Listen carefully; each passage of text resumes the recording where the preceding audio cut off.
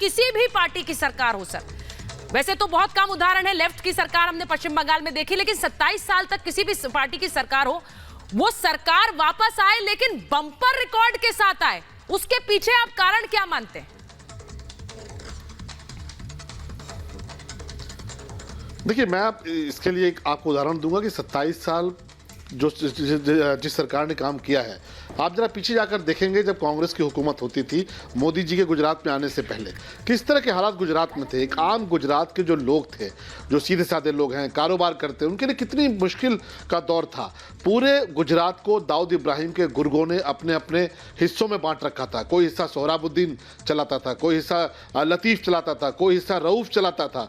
और ये वो दौर था जब शाहरुख खान फिल्मों की एक्टिंग करने कांग्रेस की हुकूमत में जो लतीफ़ डॉन होता था उस पर फिल्मों की एक्टिंग करने के लिए गुजरात आते थे। वो गुजरात कांग्रेस पार्टी ने छोड़ा था। उस गुजरात को मोदी जी वहां पर निकाल कर लेकर आए जहां पर आज अगर आप देखिएगा तो अहमदाबाद में गिफ्ट सिटी बन रही है, जो दुनिया के लिए उदाहरण है, देश के लिए नहीं, दुनिया के लिए उदाहरण है। अपने आप में एक पूरा का पूरा शहर बसाया जा रहा है गिफ्ट सिटी के नाम पे। आज सूरत अगर आप जाएंगे तो गुजरात के लोग बड़े गर्व के साथ ललायत होकर आपको पकड़ेंगे और बोलेंगे कि साहब आप चल के हमारा डायमंड बुर्ज देखिए। डायमंड बुर्ज दुनिया की सबसे बड़ी बिल्डिंग होने जा रही है जहां पर सिर्फ और सिर्फ डायमंड का काम होगा। अपने आप में मोदी जी ने गुजरात को वहां पहुंचा दिया जहां पर गुजरात के लोग आज गर्व के साथ जीते हैं, स्वाभिमान के साथ जीते हैं, सुरक्षा के साथ जीते हैं। आज माताएं बहनें बड़ी आत्मविश्वास के साथ गरबा खेलने जाती हैं, गणेश पूजा करती हैं। लेकिन वो दौर जो कांग्रेस का दौर था, मैं एक नाम आपसे लेता हूं, आप उसको चेक करिएगा।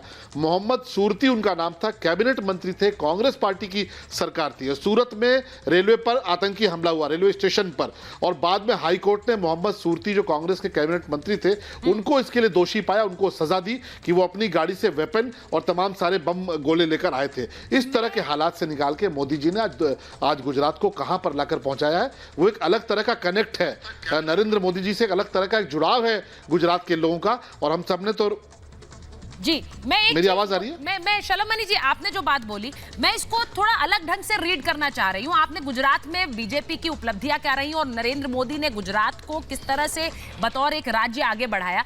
लेकिन मैं अगर मनोज तिवारी जी आपसे पूछूं, 27 साल तक एक पार्टी गुजरात में रही और आपके पास पिछली बार से तो ज्यादा मौका कभी नहीं रहा होगा, 77 सीटों पर आप पहुंच रहे थे। अब एग्जिट पोल आपको पूरे ढलान में गिरता हुआ दिखा रहे हैं। सर, भारत जोड़ो यात्रा चल नहीं रही है। सुचरिता जी, अगर परिणाम रिपब्लिक भारत के चैनल से ही और रिपब्लिक भारत के स्टूडियो से ही तय करना हो तो आज की तारीख में 48 घंटा पहले आपके एग्जिट पोल चाहे जो भी हो, विगत 27 वर्षों से गुजरात की जो हालत है वहां जाकर के मोरबी की घटना से, और मोरबी की घटना इस चीज को बयां कर सकती है। मोरबी जो है, आपको पता होना चाहिए, जीएसटी के मामले में हिंदुस्तान का प्रति व्यक्ति सबसे ज्यादा पेबुल है, सबसे ज्यादा पे करता है। लेकिन मोरबी और मोरबी के इलाकों में वहां के बुनियादी सुविधाओं के अभाव में जो वहां की जनता जी रही है वो 27 वर्षों के भारतीय जनता पार्टी के कुशासन का परिणाम है। अब जहां तक सवाल है, सारी बातें प्रचार में बताई जाती है किसी राज्य के चुनाव में, प्रचार में जाकर ये बातें लोग अपनी पार्टी के बारे में और दूसरी पार्टी की विफलताएं गिनाते हैं, लेकिन आपके नेता तो गए तक नहीं। तो विफलता कैसे गिनाते, नरेंद्र मोदी की या फिर बीजेपी की? सबसे बड़ी बात यह है कि आप लोगों के लिए ये 2024 का ट्रेलर दिखा रही है जो एग्जिट पोल्स आ गए हैं। आप हमारे एग्जिट पोल पर भरोसा मत करिए, चलिए जिस पर मन है भरोसा कर लीजिए। अगर ये आपको लीड दिखा रहे होते तो आप शायद उस पर भरोसा कर रहे होते। मैं एग्जिट पोल की बात ही नहीं करती हूं। आप सरकार बना लीजिए, गुजरात में बना रहे हैं क्या? देखिए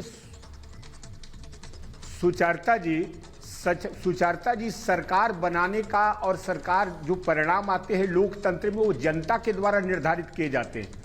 और मैंने क्या बोला कि मोरबी की जो घटना है वो घटना गुजरात के लोगों को याद है, और जब वो मतदान करने गई होगी तो निश्चित रूप से उस घटनाओं को अपने दिमाग में रखा होगा और उसका परिणाम आपको 48 घंटे के बाद नजर आ जाएगा।